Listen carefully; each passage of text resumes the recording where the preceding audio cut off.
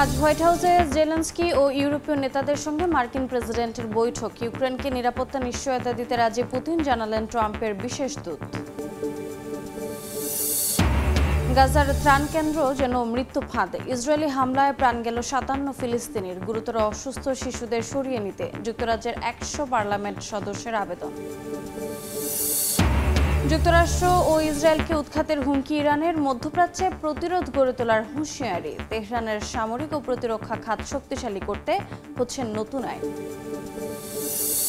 এবং যুক্তরাষ্ট্রের নিউ ইয়র্কের রেস্তোরাঁয় বন্দুকধারীদের এলোপাতাড়ি গুলি, নিহত 3, আহত 9। অস্ত্রধারীদের ধরতে অভিযানে পুলিশ।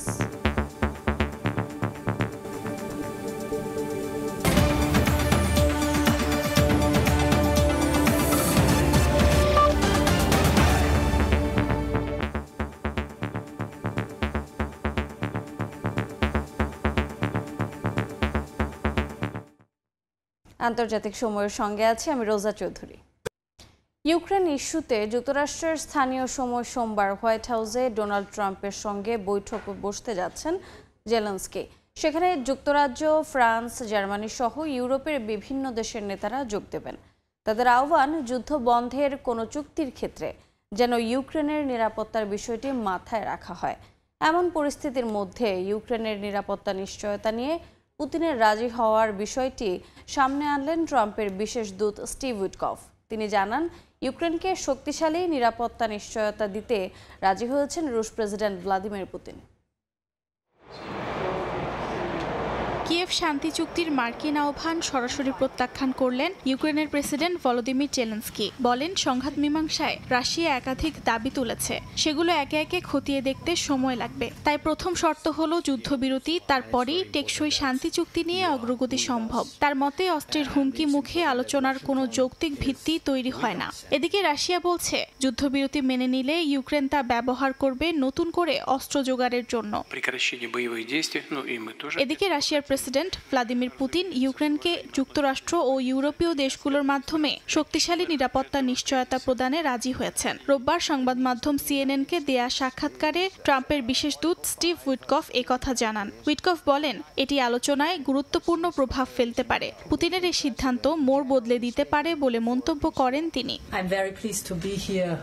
ইউরোপীয় কমিশনের president Ursula von der Leyen ইউক্রেনের পাশে থাকার কথা জানান। তিনি প্রতিশ্রুতি দেন, ইউরোপীয় ইউনিয়ন ইউক্রেনের প্রতিরক্ষা শিল্পকে আরও শক্তিশালী করতে সহায়তা করবে। বিশেষ করে ড্রোন প্রযুক্তি ও উৎপাদনের দিকে যোগ দেন উর্সুলা। অর্জিতা শেহজিন, সময় সংবাদ। আলাস্কা শীর্ষ বৈঠকে ডোনাল্ড ট্রাম্পের অর্জন আপাতদৃষ্টিতে সামান্যই। বৈঠকের আগে নানা হুঁশিয়ারি ছুড়লেও পরবর্তীতে মস্কোর প্রতি নমনীয় হতে দেখা যায় তাকে। মার্কিন প্রেসিডেন্টের পরবর্তী পদক্ষেপ কী হতে পারে তা নিয়ে একটি বিশ্লেষণধর্মী প্রতিবেদন প্রকাশ করেছে সিএনএন। শুক্রবার আলাস্কায় ট্রাম্প পুতিন বৈঠক শুরু হয় দৃষ্টিনন্দন বিমান প্রদর্শনীর মধ্য দিয়ে। বৈঠকে রাশিয়ার যুদ্ধবিরতির পরিবর্তে একেবারে যুদ্ধবন্ধের প্রস্তাবনাকে সমর্থন দেন ট্রাম্প। একই সঙ্গে ইউক্রেনের কিছু এলাকা রুশদের হাতে তুলে দেওয়ার প্রস্তাব নিয়েও আলোচনার কথা জানান। যদিও বৈঠকের আগে বেশ কড়া গলায় ট্রাম্প বলেছিলেন, আলোচনায় যে কোনো মূল্যে যুদ্ধবিরতির বিষয়ে অগ্রগতি নিশ্চিত করবেন তিনি। এই অবস্থায় যুদ্ধবিরতি বিষয়ে ট্রাম্পের আচমকা মত পরিবর্তন বিশ্বজুড়ে নানা আলোচনা সৃষ্টি করেছে। বিশেষ করে ইউক্রেনের ভবিষ্যৎ নিয়ে নানা মহলে গুঞ্জন উঠছে। গণমাধ্যমগুলোতে ট্রাম্পের সম্ভাব্য পদক্ষেপগুলো নিয়ে বিচার বিশ্লেষণও দেখা যাচ্ছে। সিএনএনের এমনই একটি বিশ্লেষণধর্মী প্রতিবেদনে মার্কিন প্রেসিডেন্টের সম্ভাব্য পরবর্তী পদক্ষেপগুলো উঠে এসেছে। প্রতিবেদনটি অনুযায়ী পুতিনের প্রতি ট্রাম্পের এই নমনীয় ভাব ইউক্রেনের জন্য কাল হয়ে দাঁড়াতে পারে। যদিও তিনি চাইতে পারেন নিজের মর্যাদা রক্ষা ও রাশিয়ার কৌশল পুনঃস্থির করতে মার্কিন চাপ ও শুল্ক নীতি চালু রাখতে। ফক্স নিউজকে দেয়া সাক্ষাৎকারে ট্রাম্প বলেন, তিনি হয়তো 2-3 সপ্তাহ পর আবারও শুল্ক নিয়ে ভাবতে পারেন। একটি বিকল্প হলো ট্রাম্প রাশিয়ার চূড়ান্ত শান্তি চুক্তি সংক্রান্ত আলোচনার পক্ষে স্বীকৃতি দেয়া। তবে ইতিহাস বলছে তা দ্রুত হওয়ার কোনো সম্ভাবনা নেই। এতে করে ট্রাম্প দীর্ঘমেয়াদী শান্তি প্রক্রিয়ার জটিলতা ও ধীর গতির কারণে হতাশ বা অমনোযোগী হয়ে পড়তে পারেন। আলাস্কা বৈঠক শেষে ট্রাম্পের কাছে বড় একটি প্রশ্ন হলো তিনি ইউক্রেনকে চাপিয়ে এমন কোনো শান্তি চুক্তিতে রাজি করাবেন কিনা যা রাশিয়ার অবৈধ আগ্রাসনকে বৈধতা দেবে এবং আন্তর্জাতিক সীমান্ত পুনর্লিখনের ধারণাকে স্বীকৃতি দেবে। সাদিয়া তাসনিম, সময় সংবাদ। গেল একদিনে গাজায় ইসরায়েলি হামলায় প্রাণ গেছে অন্তত 57 জন ফিলিস্তিনির, যাদের ভেতর 38 জনই মারা গেছেন ত্রাণ সহায়তা নিতে গিয়ে। যুক্তরাজ্যের প্রায় 100 পার্লামেন্ট সদস্য গাজার গুরুতর অসুস্থ শিশুদের দ্রুত সরিয়ে নেওয়ার জন্য সরকারের প্রতি আবেদন জানিয়েছেন। ইসরায়েলের গাজা দখল নীতিকে সমর্থন না করার আশ্বাস দিয়েছে মিশর। এদিকে বেনিয়ামিন নেতানিয়াহুর গ্রেটার ইসরায়েলের প্রতি নিন্দা জানিয়েছে ইরানের পররাষ্ট্র মন্ত্রণালয়। গাজায় নেতানিয়াহু বাহিনীর আগ্রাসন যেন থামার নয়। স্থানীয় সময় রোববার উপত্যকাটির আল বুরেইজ শরণার্থী শিবির সহ বেশ কয়েকটি এলাকায় হামলা চালায় ইসরায়েলি সেনারা। এতে হতাহত হন বহু ফিলিস্তিনি। যুক্তরাজ্যের প্রায় 100 সংসদ সদস্য গাজার গুরুতর অসুস্থ শিশুদের দ্রুত সরিয়ে নিতে সরকারের প্রতি আবেদন জানান। চিঠিতে তারা আশ্রয় ও চিকিৎসা পরবর্তী সুরক্ষার পাশাপাশি গাজার বায়োমেট্রিক ভিসা কেন্দ্র পুনরায় চালুর প্রয়োজনীয়তার কথাও উল্লেখ করেন। মিশরের প্রধানমন্ত্রী মুস্তাফা মাদবুলি ও পররাষ্ট্রমন্ত্রী বদর আবদেলাত্তি ফিলিস্তিন প্রশাসনের নেতাদের সঙ্গে বৈঠকে ইসরায়েলের গাজা দখল নীতিকে সমর্থন না করার আশ্বাস দিয়েছেন। গাজার পুনর্গঠন পরিকল্পনা এবং মানবিক সহায়তা বাড়ানোর উপায় নিয়েও আলোচনা করেন তারা। এদিকে ইরানের পররাষ্ট্র মন্ত্রণালয় বেনিয়ামিন নেতানিয়াহুর গ্রেটার ইসরায়েলের প্রতি নিন্দা জানিয়েছে। মন্ত্রণালয় বলছে এই পদক্ষেপের একমাত্র লক্ষ্য ফিলিস্তিনিদের পরিচয় মুছে ফেলা। জাতিসংঘের বিশ্ব খাদ্য কর্মসূচি জানায় বর্তমানে গাজায় 5 লাখ মানুষ ক্ষুধার্ত অবস্থায় রয়েছে। গাজায় খাদ্য সহায়তা প্রায় 47% লক্ষ্য অর্জন করছে। সংস্থাটি সতর্ক করে বলছে কেবলমাত্র স্থায়ী শান্তি চুক্তি খাদ্য সহায়তা বাড়ানোর পথ খুলতে পারবে। অর্জিতা শেহজিন, সময় সংবাদ। ইয়েমেনের রাজধানী সানার একটি বিদ্যুৎ কেন্দ্রে হামলা চালিয়েছে ইসরায়েলি বাহিনী। স্থানীয় বাসিন্দারা অন্তত 2টি বিস্ফোরণের শব্দ শোনার কথা জানিয়েছে। হাউথি নিয়ন্ত্রিত আল মাসিরাহ টিভি জানায় এই হামলায় হেজিয়াজ বিদ্যুৎ কেন্দ্রের জেনারেটরগুলো নষ্ট হয়ে গেছে। তবে জরুরি নিরাপত্তা কর্মীদের তৎপরতায় ক্ষয়ক্ষতির পরিমাণ নিয়ন্ত্রণে আনা গেছে বলে জানিয়েছেন দেশটির উপপ্রধানমন্ত্রী। ইসরায়েলি সেনাবাহিনীর দাবি, হাউথিদের একের পর এক হামলার জবাবে এই আক্রমণ চালায় তারা। জায়গাটি হাউথি যোদ্ধাদের ঘাঁটি হিসেবে ব্যবহার করা হতো বলেও দাবি তাদের, যদিও এর কোনো প্রমাণ তারা দিতে পারেনি।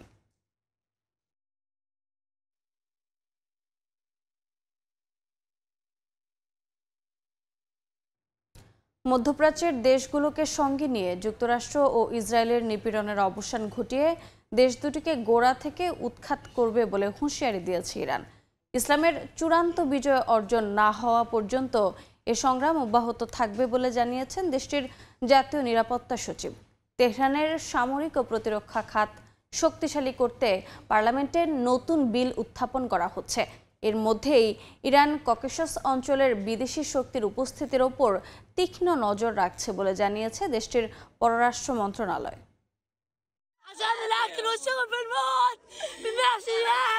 উস্কানি ছাড়াই ইরানের ওপর হামলা ও গাজায় চলমান নৃশংসতা সব মিলিয়ে মধ্যপ্রাচ্যে ইসরায়েল যুক্তরাষ্ট্র জুটির তাণ্ডবে বরাবরই অসন্তুষ্টি প্রকাশ করে আসছে মধ্যপ্রাচ্যের বিভিন্ন দেশ।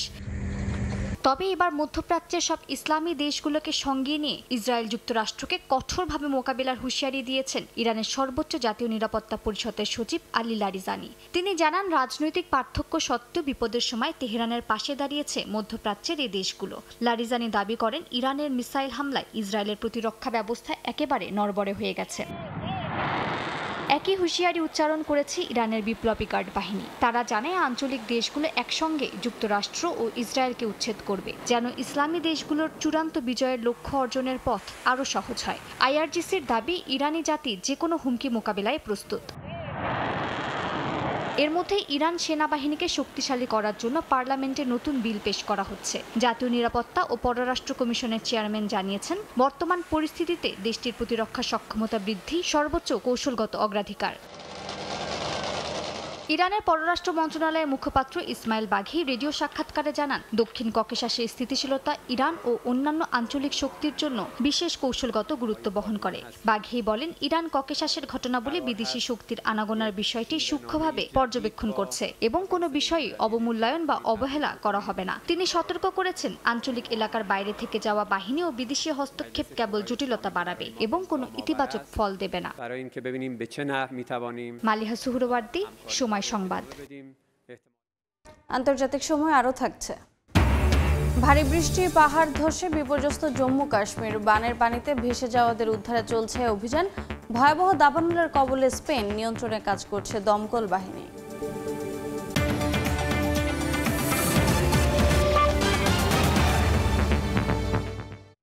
যুক্তরাষ্ট্রের নিউ ইয়র্কে বন্দুক হামলায় ৩ জন নিহত ও ৯ জন আহত হয়েছেন। রোববার ব্রুকলিনের একটি নৈশ ক্লাবে 4 জনের একটি সংঘবদ্ধ দল উপর্যুপরি গুলি চালালে এই হতাহতের ঘটনা ঘটে। একের পর এক বন্দুক সহিংসতায় আতঙ্ক বিরাজ করছে স্থানীয়দের মধ্যে। চলতি বছরে 412টি বন্দুক হামলায় 5 শতাধিক ব্যক্তি হতাহত হয়েছেন। যদিও নিউ ইয়র্কের মেয়রের দাবি, বিগত বছরের তুলনায় অপরাধ প্রবণতা কমেছে। নিউ ইয়র্ক থেকে হাসানুজ্জামান সাকির রিপোর্ট। যুক্তরাষ্ট্রের অন্যতম বড় শহর নিউ ইয়র্ক, বিভিন্ন ভাষাভাষী অভিবাসীদের বসবাস এ শহরে। আমেরিকার সবচেয়ে বেশি সংখ্যক বাংলাদেশিও এ শহরেই বাস করেন। রোববার আবারও সেখানে বন্দুক হামলার ঘটনা ঘটেছে। ব্রুকলিনের একটি নৈশ ক্লাবে উপর্যুপরি গুলিতে কয়েকজন হতাহত হন। পুলিশ জানায়, স্থানীয় সময় ভোর 3:30টার দিকে 4 জনের একটি সংঘবদ্ধ দল ওই ক্লাবে হামলা চালায়। পুলিশ সেখানে গিয়ে .9 এবং .45 ক্যালিবারের 2টি পিস্তলের 42টি গুলির খোসা উদ্ধার করেছে। প্রাথমিক তদন্তে পুলিশ জানায়, তাদের ধারণা জনাকীর্ণ ক্লাবের ভেতরে 2টি গ্যাংয়ের মধ্যে বিরোধের জেরে গোলাগুলির ঘটনা ঘটে। এই ঘটনার পর ব্যাডফোর্ড এভিনিউ এবং ইস্টার্ন পার্কওয়ের কাছ থেকে একটি বন্দুক উদ্ধার করেছে পুলিশ। নিউ ইয়র্কে প্রতিদিনই গুলির ঘটনা ঘটছে। একের পর এক বন্দুক হামলায় আতঙ্ক ছড়িয়ে পড়েছে গোটা শহরে। যদিও মেয়র এরিক অ্যাডামসের দাবি, গত বছরের তুলনায় চলতি বছর এ সময়ে অপরাধ কমেছে। মেয়র জানান, দায়িত্ব নেয়ার পর 4 বছরের মধ্যে 23,000 অবৈধ অস্ত্র উদ্ধার করেছে তার প্রশাসন। নিউ ইয়র্ক পুলিশ বিভাগের পরিসংখ্যান অনুযায়ী চলতি বছর শুধু শহরেই অন্তত 400-র বেশি বন্দুক হামলার ঘটনা ঘটেছে। এতে 5 শতাধিক ব্যক্তি হতাহত হয়েছেন। গেল জুলাইয়ের শেষ দিকে ম্যানহাটনে বহুতল ভবনে বন্দুকধারীর গুলিতে বাংলাদেশি বংশোদ্ভূত পুলিশ কর্মকর্তা দিদারুল ইসলাম সহ বেশ কয়েকজন নিহতের ঘটনা ঘটে। হাসানুজ্জামান সাকি, সময় সংবাদ, নিউ ইয়র্ক, যুক্তরাষ্ট্র। ভারতের জম্মু কাশ্মীরে মেঘ বিস্ফোরণে অন্তত 7 জনের মৃত্যু হয়েছে। আহতদের উদ্ধারে সেনাবাহিনী সহ উদ্ধারকারী বাহিনীগুলো একযোগে অভিযান চালাচ্ছে। অবিরাম বৃষ্টিতে জলাবদ্ধতায় ডুবে আছে আসামের গুয়াহাটির বিভিন্ন এলাকা। এদিকে পাকিস্তানের খাইবার পাখতুনখোয়া প্রদেশে ভয়াবহ বন্যায় মৃতের সংখ্যা 350-র বেশি। 2 দিনের টানা বৃষ্টিতে পাহাড়ি গ্রামগুলো তছনছ হয়ে গেছে। সরকারের বিরুদ্ধে সময় মতো সঠিক পদক্ষেপ না নেওয়ার অভিযোগ তুলেছেন স্থানীয়রা। ভারী বর্ষণ, পাহাড় ধসে বিপর্যস্ত ভারতের জম্মু কাশ্মীর। রোববার কাঠুয়া শহরে আকস্মিক বন্যার পর ভূমিধসে বেশ কয়েকজনের মৃত্যু হয়েছে। সেনাবাহিনী, পুলিশ, দুর্যোগ সহায়তা বাহিনী সহ সব সংস্থা একযোগে উদ্ধার তৎপরতা চালাচ্ছে। কয়েকদিন আগে চসিতি গ্রামে পাহাড়ি ঢল ও কাদামাটির স্রোতে ভেসে গিয়েছিলেন ধর্মীয় যাত্রায় অংশ নেওয়া কয়েকজন তীর্থযাত্রী। বিশেষজ্ঞরা বলছেন, হিমালয়ের এই অঞ্চলে এমন বিপর্যয় দীর্ঘদিন ধরে ঘটলেও জলবায়ু পরিবর্তনের কারণে এ ধরনের দুর্যোগ তীব্র হয়ে উঠছে। দিনের পর দিন বর্ষণে প্লাবিত হয়েছে আসামের গুয়াহাটির গুরুত্বপূর্ণ সড়ক ও বাজার। শহরের ব্যস্ত সড়কগুলোতে যান চলাচল কার্যত অচল হয়ে পড়ে। সড়কে জমে থাকা পানিতে ধীরে ধীরে চলতে দেখা যায় যানবাহন। অনেকে আটকা পড়েন ঘন্টার পর ঘন্টা। শহরের বিভিন্ন স্থানে জলাবদ্ধতা দূর করতে কর্তৃপক্ষ পাম্প ব্যবহার করে পানি ড্রেনে ফেলার চেষ্টা চালায়। তবে দুর্বল ড্রেনেজ ব্যবস্থা আবারও নগরবাসীর দুর্ভোগ বাড়িয়ে দিয়েছে। এদিকে পাকিস্তানে ভারী বর্ষণ, আকস্মিক বন্যা আর পাহাড় ধসে এখন পর্যন্ত শত শত মানুষের মৃত্যু হয়েছে। সবচেয়ে বেশি ক্ষতিগ্রস্ত হয়েছে দেশটির খাইবার পাখতুনখোয়া প্রদেশ। ভেঙে পড়েছে প্রদেশটির ঘরবাড়ি, ভেসে গেছে গ্রাম। বন্যা দুর্গতদের অভিযোগ, সময় মতো সরিয়ে নেওয়ার বিষয়ে কোনো সতর্কতা ছিল না। মসজিদের লাউডস্পিকার দিয়েও ঘোষণা দেওয়া হয়নি। তবে সরকারের দাবি, বৃষ্টি এত আকস্মিক এবং তীব্র ছিল যে সতর্কতা জারি করার আগেই পাহাড়ি ঢল গ্রামগুলোতে আঘাত হানে। জাতীয় দুর্যোগ ব্যবস্থাপনা কর্তৃপক্ষের চেয়ারম্যান জানিয়েছেন, পাকিস্তান এখন জলবায়ু পরিবর্তনের শিকার। গত বছরের তুলনায় এবার 50% বেশি বৃষ্টিপাত হয়েছে। সামনে আরও ভয়াবহ বর্ষণের পূর্বাভাস রয়েছে। মালিহা সুহরওয়ার্দী, সময় সংবাদ। ভয়াবহ দাবানলে বিপর্যস্ত স্পেন। দেশটিতে চলমান তীব্র গরমে 20টি বড় দাবানল মোকাবিলায় মোতায়েন করা হয়েছে অতিরিক্ত সেনা সদস্য। প্রধানমন্ত্রী পেদ্রো সানচেজ জানিয়েছেন, আরও 500 সেনা সদস্য যুক্ত হওয়ায় এখন মোট 1900 জন দাবানল মোকাবিলায় মাঠে কাজ করছে। শুধু গালিসিয়াতেই অন্তত 12টি বড় অগ্নিকাণ্ড সক্রিয় বলে জানা গেছে।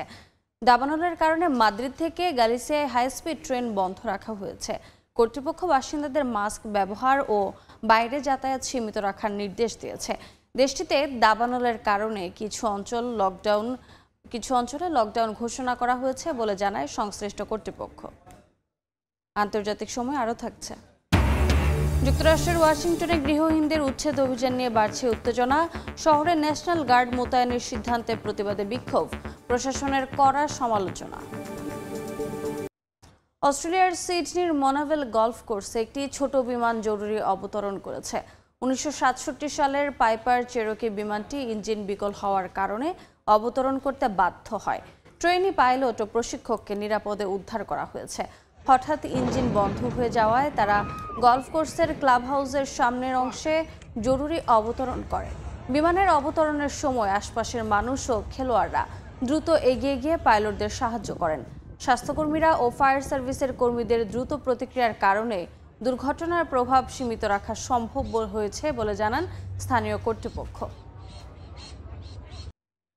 দেখছেন আন্তর্জাতিক সময়। ওয়াশিংটন ডিসিতে ট্রাম্প প্রশাসনের উচ্ছেদ অভিযান ঘিরে উত্তেজনা বাড়ছে যুক্তরাষ্ট্রে। রাজধানী শহরটিতে ন্যাশনাল গার্ড মোতায়েনের সিদ্ধান্তের তীব্র সমালোচনা করছেন বিক্ষোভকারীরা। ট্রাম্পকে স্বৈরাচার হিসেবে আখ্যাও দেন অনেকে। বুলডোজার দিয়ে গুড়িয়ে দেয়া হচ্ছে তাঁবু।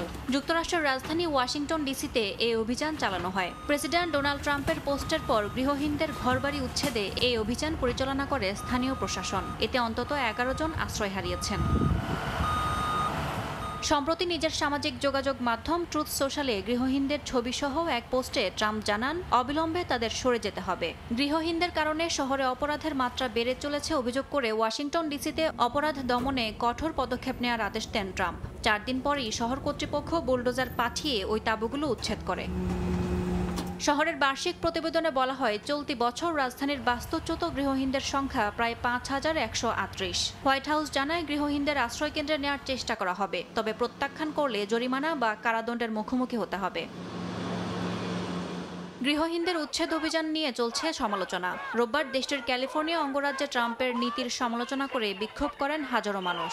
এ সময় ট্রাম্পকে স্বৈরাচার হিসেবে আখ্যাও দেন অনেকে। নিউ ইয়র্কে হাজার হাজার মানুষ নো কিং লেখা প্লেকার্ড হাতে নিয়ে রাস্তায় নামেন। ট্রাম্প দেশের গণতন্ত্র ধ্বংস করতে চাচ্ছে বলে অভিযোগ করেন প্রতিবাদকারীরা। ইয়াসমিন অনন্যা, সময় সংবাদ। ভারত ও যুক্তরাষ্ট্রের মধ্যে বাণিজ্য সম্পর্ক নিয়ে উত্তেজনা বাড়ছে। এবার মার্কিন বাণিজ্য প্রতিনিধি দলের নয়াদিল্লি সফর বাতিল করেছে ওয়াশিংটন। ভারতীয় গণমাধ্যম বলছে, এর ফলে দ্বিপাক্ষিক বাণিজ্য চুক্তির আলোচনা আটকে গেছে। এতে অনিশ্চয়তায় পড়েছে নতুন করে আরোপিত শুল্ক প্রত্যাহারের সম্ভাবনা। ট্রাম্প পুতিনের বৈঠক ব্যর্থ হলে ভারতের ওপর আরোপিত শুল্কের হার আরও বাড়তে পারে বলে সম্প্রতি হুঁশিয়ারি দেয় যুক্তরাষ্ট্র। এর জবাবে স্বাধীনতা দিবসের ভাষণে প্রধানমন্ত্রী নরেন্দ্র মোদী বলেন, দেশের কৃষকের স্বার্থে কোনো আপোষ করবে না নয়াদিল্লি। ভারতের প্রধানমন্ত্রীর বক্তব্যের একদিন পর দেশটিতে মার্কিন বাণিজ্য প্রতিনিধি দলের সফর স্থগিত করেছে ওয়াশিংটন। চলতি মাসের 25 থেকে 29 আগস্ট নয়াদিল্লি সফরের কথা ছিল মার্কিন ওই প্রতিনিধি দলের। এক প্রতিবেদনে ভারতীয় গণমাধ্যম এনডিটিভি জানায়, দেশ দুটির দ্বিপাক্ষিক বাণিজ্য আলোচনার 6ষ্ঠ দফা বৈঠক আপাতত স্থগিত হয়েছে। এর ফলে 27 আগস্ট থেকে কার্যকর হতে যাওয়া অতিরিক্ত শুল্ক প্রত্যাহার নিয়েও দেখা দিয়েছে শঙ্কা। ওয়াশিংটনের কূটনৈতিক মহল বলছে, এক সময় দুই পক্ষই চুক্তির খুব কাছাকাছি ছিল, কিন্তু মোদি ট্রাম্প সরাসরি যোগাযোগ না করায় সে আলোচনা থমকে যায়। মার্কিন কর্মকর্তাদের মতে, ভারত থেকে বড় ধরনের ছাড় বা প্রতিশ্রুতি আশা করেছিলেন ট্রাম্প, কিন্তু ভারত নিজেদের কড়া অবস্থান থেকে সরতে চায়নি। এর আগে প্রথম দফায় ভারতীয় পণ্যে 25% শুল্ক আরোপ করেন মার্কিন প্রেসিডেন্ট ডোনাল্ড ট্রাম্প। চলতি মাসের শুরু থেকে যা কার্যকর হয়েছে। পরবর্তীতে রাশিয়ার কাছ থেকে তেল কেনার অভিযোগে দেশটির পণ্যে আরও 25% শুল্ক বাড়িয়ে 50% করে হোয়াইট হাউস। ট্রাম্প প্রশাসনের এমন পদক্ষেপকে অন্যায্য ও অযৌক্তিক বলে আখ্যা দেয় নয়াদিল্লি। ইয়াসমিন অনন্যা, সময় সংবাদ। দেখছেন আন্তর্জাতিক সময়। দক্ষিণ কোরিয়ার পাহাড় আর বনভূমির মাঝেই লুকিয়ে আছে দেশের উন্নয়নের অবিশ্বাস্য কাহিনী। কঠিন ভৌগোলিক প্রেক্ষাপটে হাজারো টানেল ও সড়ক নির্মাণ করে কোরীয়রা গড়ে তুলেছে আধুনিক যোগাযোগ ব্যবস্থা। নাগরিকদের অদম্য শ্রম ও সাহসী দেশকে দ্রুত গতিতে উন্নতির শিখরে পৌঁছে দিয়েছে। দক্ষিণ কোরিয়া থেকে মোহাম্মদ হানিফের রিপোর্টে দেখুন বিস্তারিত। প্রায় 1 লাখ বর্গ কিলোমিটার আয়তনের দক্ষিণ কোরিয়ার 70% পাহাড় আর 30% সমতল। কোরিয়ান যুদ্ধের পর ধ্বংসস্তূপে পরিণত হওয়া দেশটির যোগাযোগ ব্যবস্থা গড়ে তোলা ছিল কঠিন কাজ। ঠিক তখন হাজার হাজার শ্রমিক দিনরাত খেটে পাহাড় কেটে সড়ক ও টানেল নির্মাণে অংশ নেন, যা পরবর্তীতে বিপ্লব ঘটায় যোগাযোগ ব্যবস্থায়। এটি তৈরি করা সত্যি কঠিন। টানেল তৈরিতে দুর্ঘটনা ঘটে। আমার অভিজ্ঞতা থেকে বলছি, অনেকবার টানেল নির্মাণে পাহাড় ধসে চাপা পড়ে অনেক মানুষ আহত হয়েছে, আবার অনেকে মারাও গেছেন, যা সত্যি দুর্ভাগ্যজনক।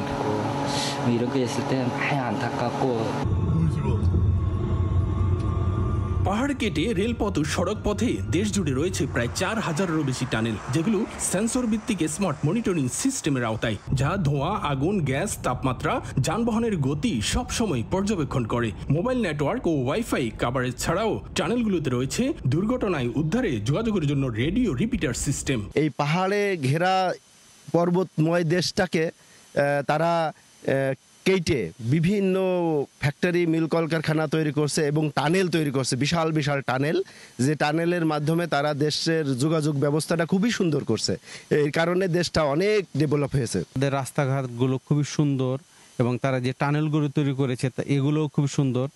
তো আমরা বাংলাদেশ সমতল ভূমি হওয়ার পরও আমরা তাদের মতো উন্নত শিখরে যেতে পারি নাই।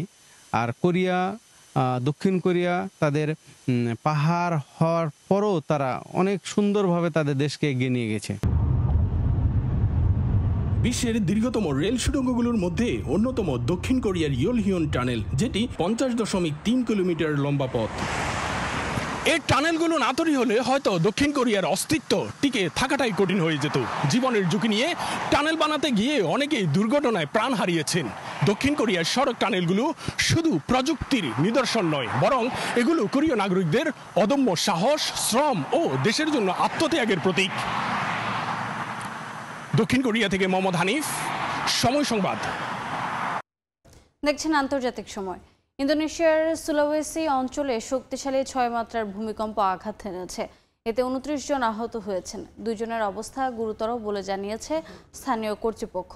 রোববার সকালে পেসো জেলা ও আশপাশের এলাকায় শক্তিশালী এ ভূমিকম্প আঘাত হানে। ভূমিকম্পটি মাটির 10 কিলোমিটার গভীরে সংঘটিত হয়। এতে বেশ কয়েকটি ভবন ক্ষতিগ্রস্ত হয়েছে। স্থানীয় দুর্যোগ ব্যবস্থাপনা সংস্থা জানিয়েছে আহতদের সব রকম চিকিৎসা দেওয়া হচ্ছে। এরই মধ্যে জরুরি পরিষেবা ও ত্রাণকর্মীরা ক্ষতিগ্রস্ত এলাকায় পৌঁছেছেন এবং সম্পূর্ণ ক্ষয়ক্ষতির পরিমাণ নির্ণয় করা হচ্ছে। ফিনল্যান্ডে অনুষ্ঠিত হলো জুলাই গণ অভ্যুত্থানের বর্ষপূর্তি উপলক্ষে স্মরণ সভা। বাংলাদেশি স্টুডেন্টস অ্যালায়েন্স ফিনল্যান্ডের আয়োজনে শহীদদের স্মরণ ও গণতান্ত্রিক চেতনার পুনর্জাগরণের আহ্বান জানানো হয়। ফিনল্যান্ড থেকে মহিউদ্দিন মধুর রিপোর্ট। আমি আসলে কোনো বিলিভ করি না যে আমার ভাই আসলে মারা গেছে। জুলাই আন্দোলনে ভাইকে হারিয়েছেন। আদরের ছোট ভাই শহীদ সমুদ্রের স্মৃতিচারণ করতে গিয়ে কান্নায় ভেঙে পড়লেন ফিনল্যান্ড প্রবাসী নির্ঝর মিরানা জামান। সমুদ্র ছিল আমার মা বাবার সেই বৃদ্ধ বয়সের সাথী আর কি। বাংলাদেশি স্টুডেন্টস অ্যালায়েন্স ফিনল্যান্ডের আয়োজনে রাজধানী হেলসিঙ্কিতে জুলাই বিপ্লবের দিনলিপি, প্রত্যাশা, অর্জন ও অসম্পূর্ণতা শীর্ষক স্মরণ সভা। শুরুতেই ভার্চুয়ালি যুক্ত হন শহীদ পরিবারের সদস্যরা। বক্তব্য রাখেন বিশিষ্টজনরা। 36 জুলাইয়ের চেতনায় চিত্রাঙ্কন করে শিশুরা, পুরস্কৃত করা হয় তাদের। এছাড়া দেয়ালে দেয়ালে ফুটিয়ে তোলা হয় জুলাই বিপ্লবের সেই চিত্র, ফিরিয়ে নিয়ে যায় সেই ঐতিহাসিক সময়ে।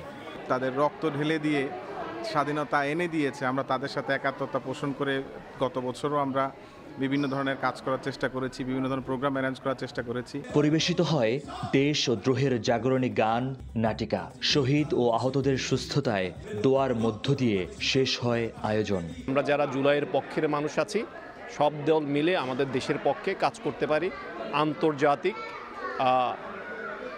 ভাবে আমাদের দেশকে পজিটিভ ওয়েতে তুলে ধরতে পারি। এই জন্য আমাদের এই আয়োজন। সবাই আমাদেরকে অখণ্ড সমর্থন জানিয়েছেন এবং তারা ওয়াদাবদ্ধ হয়েছেন ভবিষ্যতে আমরা ফিনল্যান্ড প্রবাসীরা অন্তত জুলাইকে বাঁচিয়ে রাখবো। 24 জুলাইয়ে ইন্টারনেট বন্ধ করে নির্বিচারে যখন ছাত্র জনতাকে গুলি করে হত্যা করেছিল শেখ হাসিনা, তখন জেগে উঠে ফিনল্যান্ডের প্রবাসী বাংলাদেশিরা। ফিনল্যান্ড পার্লামেন্ট সহ একযোগে 9টি শহরে প্রতিবাদ জানায় তারা।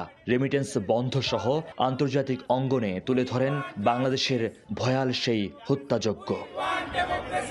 মহিউদ্দিন মধু, সময় সংবাদ, ফিনল্যান্ড। আন্তর্জাতিক সময়ের শীর্ষ সংবাদগুলো জানিয়ে দিচ্ছি আরেকবার। আজ হোয়াইট হাউসে জেলেনস্কি ও ইউরোপীয় নেতাদের সঙ্গে মার্কিন প্রেসিডেন্টের বৈঠক। ইউক্রেনকে নিরাপত্তা নিশ্চয়তা দিতে রাজি পুতিন, জানালেন ট্রাম্পের বিশেষ দূত। গাজার ত্রাণ কেন্দ্র যেন মৃত্যু ফাঁদ। ইসরায়েলি হামলায় প্রাণ গেল 57 ফিলিস্তিনির। গুরুতর অসুস্থ শিশুদের সরিয়ে নিতে যুক্তরাজ্যের 100 পার্লামেন্ট সদস্যের আবেদন। এবং যুক্তরাষ্ট্র ও ইসরায়েলকে উৎখাতের হুমকি ইরানের। মধ্যপ্রাচ্যে প্রতিরোধ গড়ে তোলার হুঁশিয়ারি। তেহরানের সামরিক ও প্রতিরক্ষা খাত শক্তিশালী করতে হচ্ছে নতুন আইন।